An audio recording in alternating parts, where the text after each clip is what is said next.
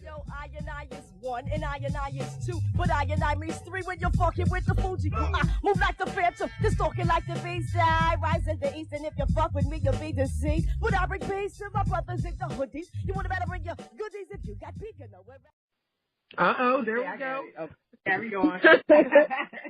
We in there now, but no, I was just saying I've been following you since 2012, and to me, you represent what we all work for when we talk about mastery of self, because it's not just about you and what you can do, but it's also about how you can teach. The thing about game is it's yours. I can't really put you up on your own game. I just tell everybody to find this thing, godly ability to master everything, because everybody was born with that same blueprint. Well, everybody was born with a blueprint, you know, and you just got to tap into it because you chose this existence. You chose your parents. You chose your surroundings. You chose your everyday life experience because you absolutely had a thought, and your thought manifested into something, which is a magnetism. It's a vibration. So that has created our whole entire circumstance. And I really want people to know that. So when I can get them early, like the young children, I'm all, you are God because you are a child of the Most High God. So we don't have to look for God outside of ourselves, period. So you have to focus on your game. You can't worry about somebody else's moves. You know, a lot of people say you have to play the defense. You have to play the offense. You always have to play the offense. As soon as you play the defense, you set yourself up for failure because you're moving based off of what somebody else is doing. So go off of your blueprint, period. That's all you have to do. Can you tell us about your background, your childhood, and any spiritual background that you had, and what led you to doing the things that you're doing today? I grew up, you know, standard African American. Yeah. I was born on the Air Force Base in Dover, Delaware. So a lot of people be like, "Oh, I didn't know there were black people in Delaware." And there's definitely, you know, black people or so-called black people here. And my mom came from a family with an entrepreneurial background. They're from the South, and my mom was actually born in North Carolina, and her family, as many of our families did, they migrated to the North for jobs and things like that. And my grandfather owned his own company, owned a moving company, which did very well for my mom's family. So, you know, she went ahead and went to like Rutgers University and things like that, and ended up retiring as like the head of labor relations for Verizon. So I grew up well. Meaning, like, you know, we had a nice, like, middle-class type of lifestyle. And I think I had a very great childhood. Now, there's some other things that happened to me that have happened to a lot of other of us sisters, like the molestation and all that type of stuff. Getting after, you know, that happened to me, trying to find love through various different men, having, you know, 2 pregnancies by 2 different men. I went through it all. And then one day I was like, wait a minute, like, you did all of this. Yeah, you were molested, but for a reason. And I had to figure out what those reasons were, and I had to figure out what was my part in it. Not because I knew nobody deserves to be molested, but I had to tap into my Akashic. Like, what did you do? What's going on? And long and behold, something like that happened to my daughter, and I was prepared because of what I went through.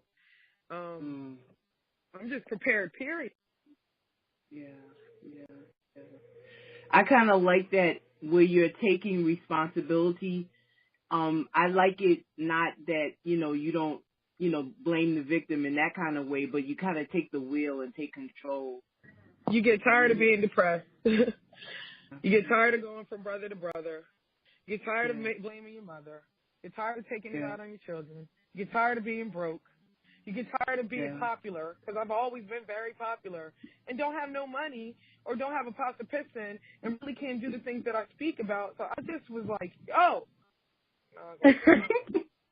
was like, you got to do some magic. You know what I mean? Like, we're magicians. We're goddesses. You got to get your brew out. You know what I mean? I'm not talking about, like, the brew that I make every day for people and they stop that shit up.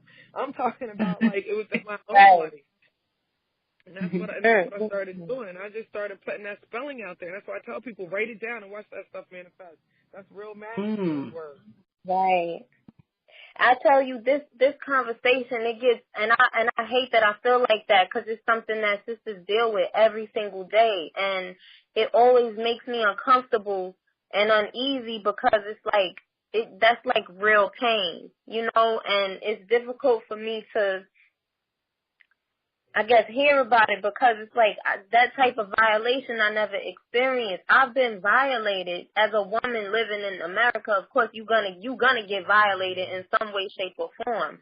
It's really no way of getting around it. Whether you get catcalled, you get grabbed on, you get, addressed without giving permission for somebody to address you in a certain way. So it's like, all these things happen to us, but it's so many of us who are stuck in the wheel, like the cycle of continuing, like you said, the depression, the sadness, can't seem to get unstuck. So I think it's a very important conversation for us to have. Like, how did you get, like you said, that brew? Like, what helped you pull yourself into a more whole state?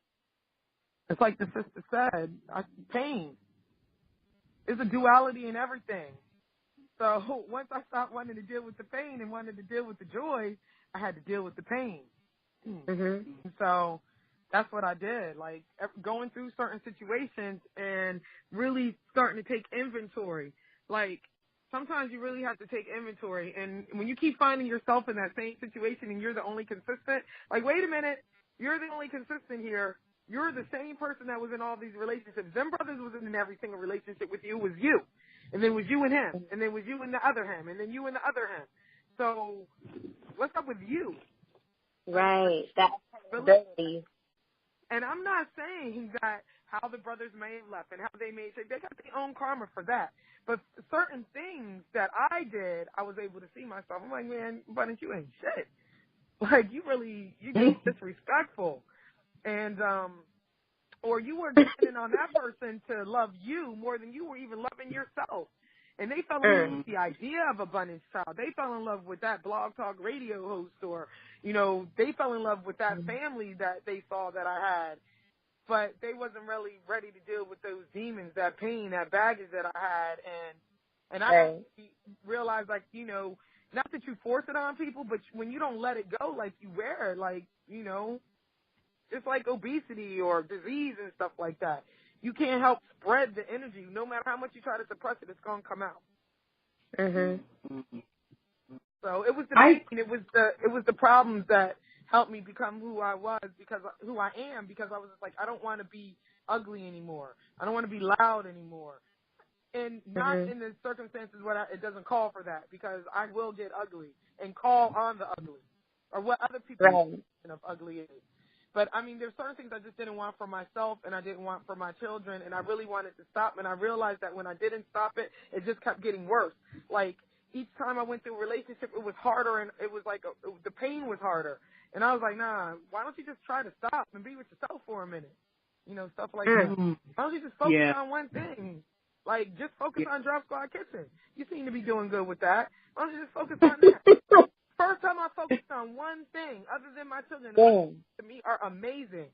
It is just blown up. One day. That's so real.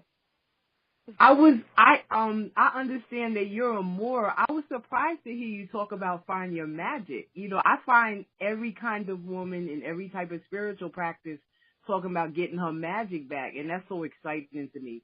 But I didn't think you most women are on that, though. Sisters in the Moorish Science Temple are really on that, because I listen to Ras Mariah Bay's broadcast some Sundays, I think she has it, and she's always talking about magic and astrology and knowing the numbers and the signs of the stars. So that's something that's deep in the Moorish legacy. Oh, okay. Well, I mean, to me, based off of how I see Moor, I don't look at it like everybody else. Everyone's a Moor. They just don't know it. Moor is not a nationality. There is no such thing as a nationality as a Moor as far as my observation. Like, and I used to even spit that information, but, I know I'm American. Like, I'm holding on to that. You're not going to be pushing me anywhere else, because my grandparents, my great-grandparents, my great-great-great-grandparents, like, we from here. We were the Aboriginal indigenous people here. So I'm trying to take on those ancient names that we had. You know, the Z clan, whether it's the Algonquin people, like whatever it is, like, you know, that I'm rolling with. Not the one that forced on me via, you know, the United States, because I have certain credentials in order to stay alive. So, yeah, right. I mean, I started dealing with Yoruba in like 1993. You know, period. Like, I have an ancestor altar in my store. I don't care. No, we're the real Asians anyway. But the Asians, like, you go in there, They got it all in there. They sure do. Sure do. You're going to see 9 glasses of water for the ancestors, because that's 9. Yes. Light candles. You're going to see a plate of food for them. And trust me, when we don't put that food up there, all hell breaks loose. Store for the protection. I done had the whole store locked down. Like, I don't play with that. I loved it. That's the problem. We keep compartmentalizing everything. Moorish, Yoruba, magic. You know, why can't we just be natural? That's right. I think where it's going, because everyone, when I was coming up in the 90s, everybody had their own separate thing. Never the two things should meet. But everybody's mixing the things that they need, and I like it. I didn't think I was going to, but I really like it. It feels right. It feels like the right thing to do. You know, so it's like, I'm enjoying it. You were talking about Drop Squad Kitchen. I looked at, even the commercial is fly. And the commercial I saw one with Sarak on it, you know, and she's fly. But I saw one where I don't know if it was you, was really describing the youth program and other things. And then I saw the other one which had the fresh fruits and vegetables, like Risha was saying. Could you talk about how the business is structured and how the youth fit in, and even I think it's the Society of the Girls. Can you talk about those things? Girl Society. Will I talk about the Girl Society? Yeah, and the Drop Squad Kitchen. Also, like the way you have the youth in it. Especially You're talking about the program where you bring them in for the internship, and then they become, you put them in charge of different things, and they receive, like, they get into, like, leadership positions within the organization. And then with the Girls Society, the Order of Mother Earth, how you have them go through the talk fast, the 40-day fast, the home cleanse, like, you know, just kind of go through maybe the why you put these things together, how they work in tandem with what you're doing with the restaurant, how you see that moving, that sort of thing. Yeah. Well, certain things we're just not going to talk about online is because we got to learn. Okay. It's called Drop Squad for a reason. So if anybody has ever checked out that movie, y'all need to check it out and see how that's one of my favorites. The revolution is in the kitchen. Unapologetically healthy by any means necessary.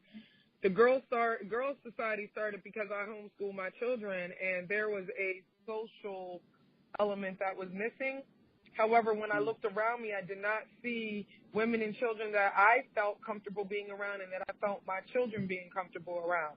So I said, what if I create a controlled environment where I could do some positive, fun things with girls, and anybody whose mom likes that I'm doing that and wants their girl to be a part of it, all right, cool. That means, like, those children will be learning things that I feel like my children should be learning how to do, but they can have fun. So, hey, let's make some brownies, and then let's go sell them like the Girl Scouts does and make some money and figure out where we're going to go. Let's do facials, but let's make all our own products. You know, so that's how that started. And everything that I do is not for fiction and it's not for show. So Girl Society is not a huge organization with hundreds of women and children. I mean, I'm very small. Drop Squad Kitchen is very small. I think the square footage of my space is only like 2,000, 2,500 square feet. It's not a lot. So we use what we have, like, in real life. So when parents come in there and be like, I really like what you're doing. These are your daughter? Oh, my God, I would love for my daughter to be able to do stuff like that. Tell her, come on. You know, come on tomorrow, 11 o'clock. We're going to start her. What does she like to do? Oh, I like to make cookies. Well, you need to be back there with Nana. Nana makes the best cookies in the entire world, like, for real. Y'all, I'm putting that plug. Them ill Nanas. We call them the ill Nanas. cookies you have ever had in your entire life, and they're 100% vegan. She makes them gluten-free. She makes them nut-free. She can make them, they're soy-free. Like, we don't play. We have really, the ancestors really rocking with us with this food because they know that that is the answer. That is the new commerce. And I need to instill that in these children and their parents right now without shoving them down their throat talking about watch a lecture or read a book. I need y'all to be in this restaurant and see the reaction of the people that are coming in here. You need to see how people will come in here and drop $50 to $150 because they just need information, like not shoving it down. They get stuff shoved down their throat all the time, even when they're not knowing it, by the TV, the radio, the social programming, the parents who are programmed and they think that they're not. I'm like, no, I need these children to be in the store and having fun and learning something. Don't even know that they're learning something, and watch the people's reaction. People coming in spending, dropping $20 to $150 in one sitting like it ain't nothing because they need the sustenance, and it's a spiritual sustenance. And I need them to see that we are making money, like for real. I have no play money. Like, they seeing money come through that business, and I need them to know that they can have that too. All they got to do is be still. They got to be about their game. They got to be focused. I'd be like, well, what you want to do, young man? Well, I'm trying to have my own business. I don't really know what it is, but I'm trying to have my own business. And I'm like, okay, so basically you need to learn how to run your business and just run our business first. So basically the Girl Society and the Order of Mansers are rites of passage entrepreneurial programs that lead into franchisee management program, which leads into franchisees, which leads into nation building, okay? So if I could start teaching these people, and I keep them here now, like my daughters are, one of my daughters can say, well, you know, Mom, I want to open up the new one in Atlanta. I really like Atlanta. That's where I want to live. I met a brother down there. That's where I'm saying, okay, fine. You don't need to go work for nobody. He don't need to go work for nobody else. The family don't need to go work for nobody else. Give me $5,000 to start a Drop Squad Kitchen, and I'm going to pay you as the manager, and you're going to hire staff and stuff like that. But not only will you get your paycheck every week, because we pay every week, you will also see another part in there that is the profit from what you make. So if you're working for the company and you own the company, you're going to treat the company better. You're not going to put stuff on it. You understand? It ain't no way around it. Like, we have to get focused because these are the results of focus. If you have a business plan for your life, because life is business, you have to figure out how to make things work for you, how to get and revenue is not just money. Resources is not just money, but figure out how to get your resources, all your ducks in a row so you know what you can put out and what you need to pull back in. That's magic. That's karma. That's the law of give and take. You know, like you can't. She's manifesting it. She's manifesting. Exactly. You got it. Exactly. Karma is physical too. It's not just the spiritual. You know, not even karma, but just the law of reciprocity. You give what you get. Yeah. She is the thing she's doing. Oh, she's back. I thought it was like. Supply and stuff like that. You don't have to worry about your product because these people know that they own it. So at that point, you might say, I don't want to be a franchisee manager. I think I'm ready to open up one now. I mean, I was really thinking about, you know, Africa or whatever. Okay, fine. Well, you do understand that's $150,000 and that I'm going to take 10%. I'm going to take 15% for the next 10 years. And, you know, you have to use these recipes. You got to buy everything from Drop Squad Kitchen because by that time, we'll own all the land. And we done taken all the brothers that came out of prison and nobody else will give them a job. We were like, yo, get a CD out so you can transport this. We are our own UPS, our own Federal Express, we're our own United States Postal Service. Because the United States Postal Service actually preceded the United States. That entity existed before the United States. So I'm like, listen, we can do the same thing.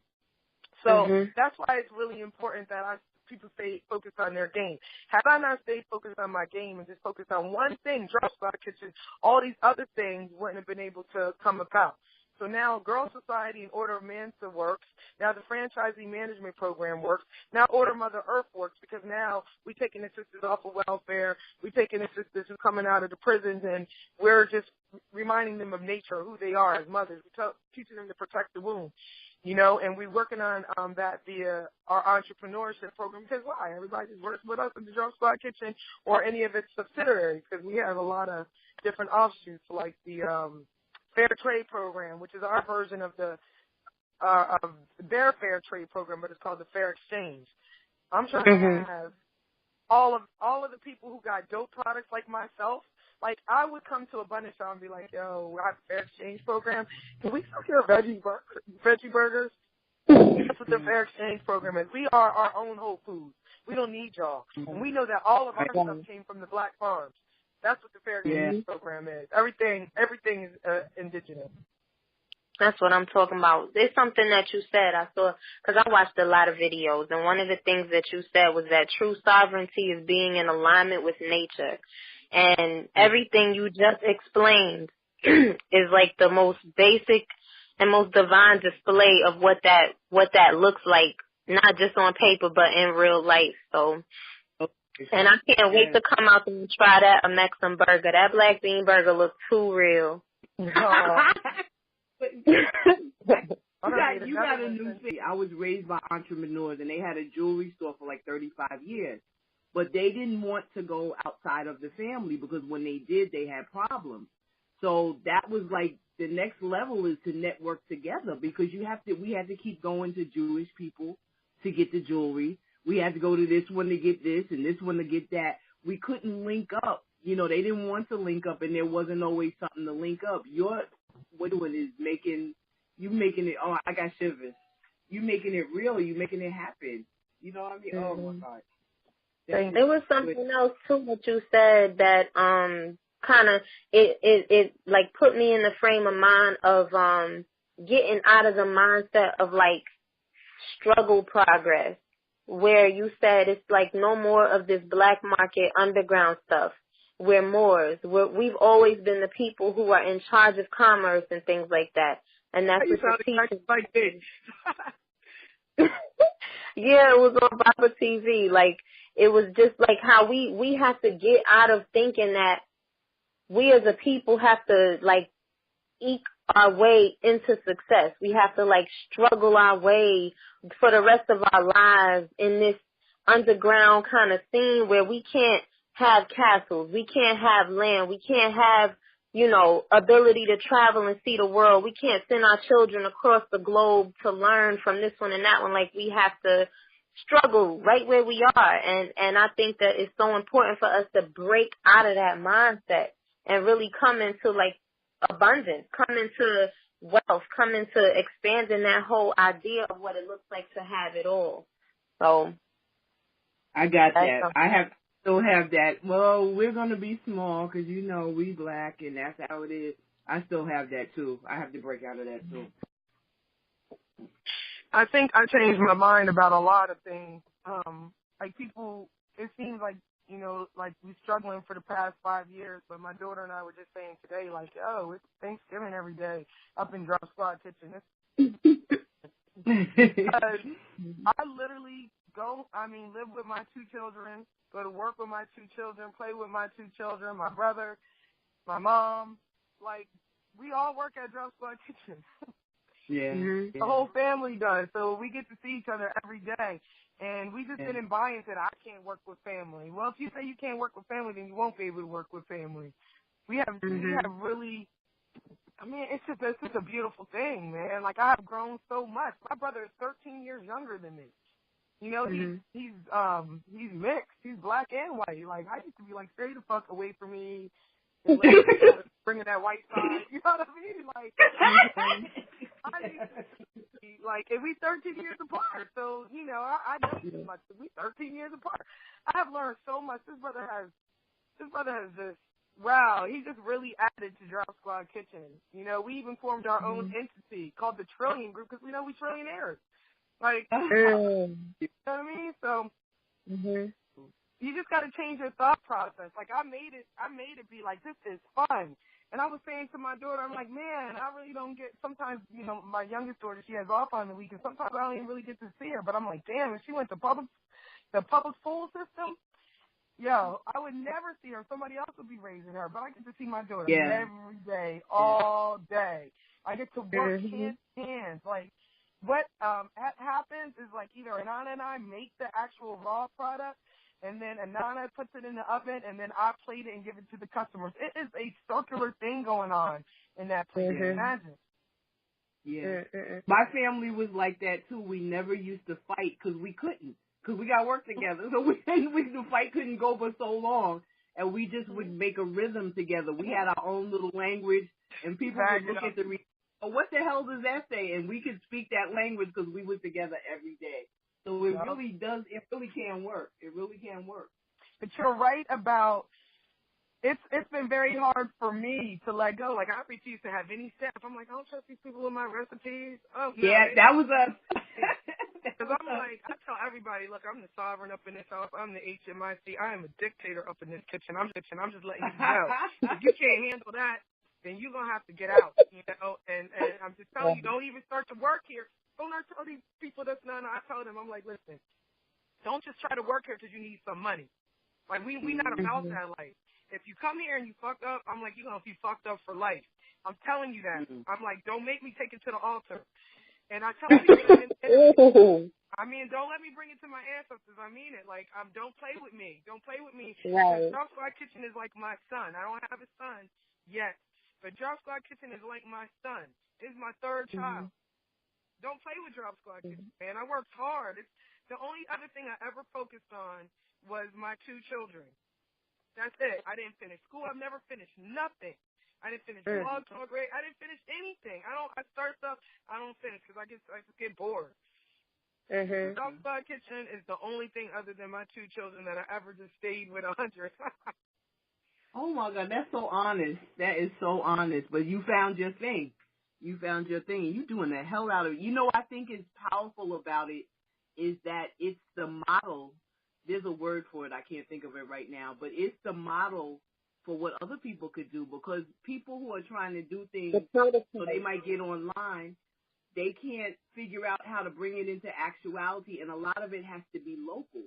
So, like, if people base it off of your model, even though they're somewhere across the country, then they can have the same success. And who knows, maybe there could be a linking up later on. But even if they didn't, if they base it off a model that works, then we can have that same success everywhere we are. You know what I mean? Instead of trying to build something for $20 quadrillion, we can start small and work our way on up to that, you know? I'm telling people, invest in Drop Squad Kitchen because we already have the model. We just want to bring it to you. They don't even have to do the work. We've already done all the hard work.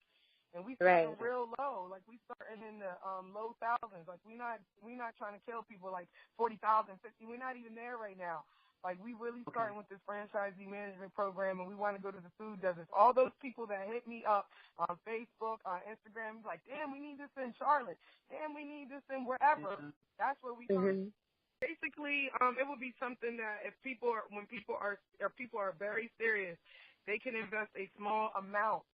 But they have to be very serious because they can't be a manager at Drop Squad Kitchen and have a full-time job. Drop Squad Kitchen is not something that people will be able to do for, like, as a side gig. You know how they have all these multi-level marketing programs and stuff like that? Yeah. Where it's like, if you do it full-time, you actually could make a lot of money. But if you just do it side-time, you might only make an extra $200 a month because you put in 20 hours a week, right? No. Drop Squad Kitchen, you're going to have to really be like Drop Squad. You're going to have to be membership, like nationality based. Like, you're going to have to give up working for the United States. You're going to have to stop it. You can't get them types of paychecks. You're going to have to be paid by the United States via Drop Squad Kitchen. No, I'm just kidding. You're going to have to do that. Because you don't have to do it, like, you don't have to be a W, whatever that is. You could be a 1099. And do it that way. So you're an independent contractor. But the point is that you'll get a paycheck and you'll get a profit, and then you need to save that paycheck until you can afford to buy your own and not be in the management program. You're an owner, 100% owner. And that is the model that I would like to set up and offer people so that I know that my stores are managed and run by people who are owners. And that way we could go into all these various communities and do the outreach. Not only are we setting up Drop Squad Kitchen, but we need to be doing the cooking classes, same thing we do here. You got to invite the children in to intern, same thing we do in here. You got to give the children the first dibs at the franchisee management program. And why do they get first dibs? Because since they've been working for you since 13 and 14, you make them save money. And that money goes back into, so they take that money and invest back into Drop Squad Kitchen. And it doesn't have to be in the store. For example, Trevor, he's going to be running the food truck division. We have somebody now that I'm really trying to mold him to be working on all the farms. Got somebody else that he's working with me on the magazine, Emancipator Magazine, which is our magazine. It's like our newsletter, but it's a magazine.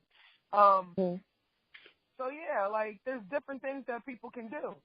We got, you know, it's just so many things. Like, I have a project manager, the person you were interfacing with, to help me. And, like, you know, that's what she does. She's like she owns like her own nonprofit. She has a very, very successful jewelry business, but she's project managing little old me. Like, this is how we come together. And that's what I want to teach other people how to do in other cities and states as well. And so we all came together in all those cities and states, and we just start buying up everything, and we just start saying, listen here, we don't want to be referred to as black anymore. No, I know, I'm serious. Because y'all stuff about to get shut down. You know, this is how we want to be referred, and this is what we need, because we are the Aboriginal Indigenous. We are the true American natives. And y'all going to start, you know, bullcrapping us, but we just got to put in that work. Right. That's right. Well, thank you so much, sis, for coming on the show. You don't know how much it means to me, and I really appreciate your presence and all the words that you have to offer. Can you tell everybody where to find you, what your websites are, and how they can get in touch with you? Oh, too many. AbundanceChild.com. And if you would like to book me, you soon will have that information up. And meanwhile, it is booking. What is the email? I'm so silly. Bookabundancechild@gmail.com. Or you can simply email me at abundancechild@gmail.com for just like, you know, general inquiries. But if you are serious and you want to cook with me, you want to consult with me, you're interested in my franchising management program, you got to go through bookabundancechild@gmail.com, because I'm really trying to take that serious. Can't just be like, you know, just out there like that. I got people are really, a lot of people are relying on me now for real. Like, they need to get paid. They're relying on these programs because I'm like selling them the dream, you know. And I mean, that's the thing, you know. Like, I know we got to end, but that is the thing. Like, if you see it, that's you too. You would give Drop Squad Kitchen food away for free, wouldn't you? I'd be like, yeah. She'd be like, no, but don't forget that. So she's really helping me. She's really helping me find how to display my value in a different way. Meaning, like, in a way that can actually, by me saying, listen, I'm $100 an hour or whatever, I can actually help more people, because it's not, you know, stop wasting. Some people are not going to waste your time, you know? Right. If I get lost enough, we won't have to worry about that type of stuff, because then everything will be free. You know what I mean? Like, we got to get the point to everything to be not-for-profit, but we're just not there right now. Well, thank you, ladies. My girls are like, come on, Mom. All right. Well, you have a good rest of your evening, beloved, and we'll talk to you soon, hopefully. Oh, absolutely. Thank you so much for considering me. I appreciate it. Yes, thank you. Thank you for coming on. All right. Peace. All right. Peace and love. Take test presses. You now hearing who the best is. The hottest vocal cord the ear ever caresses.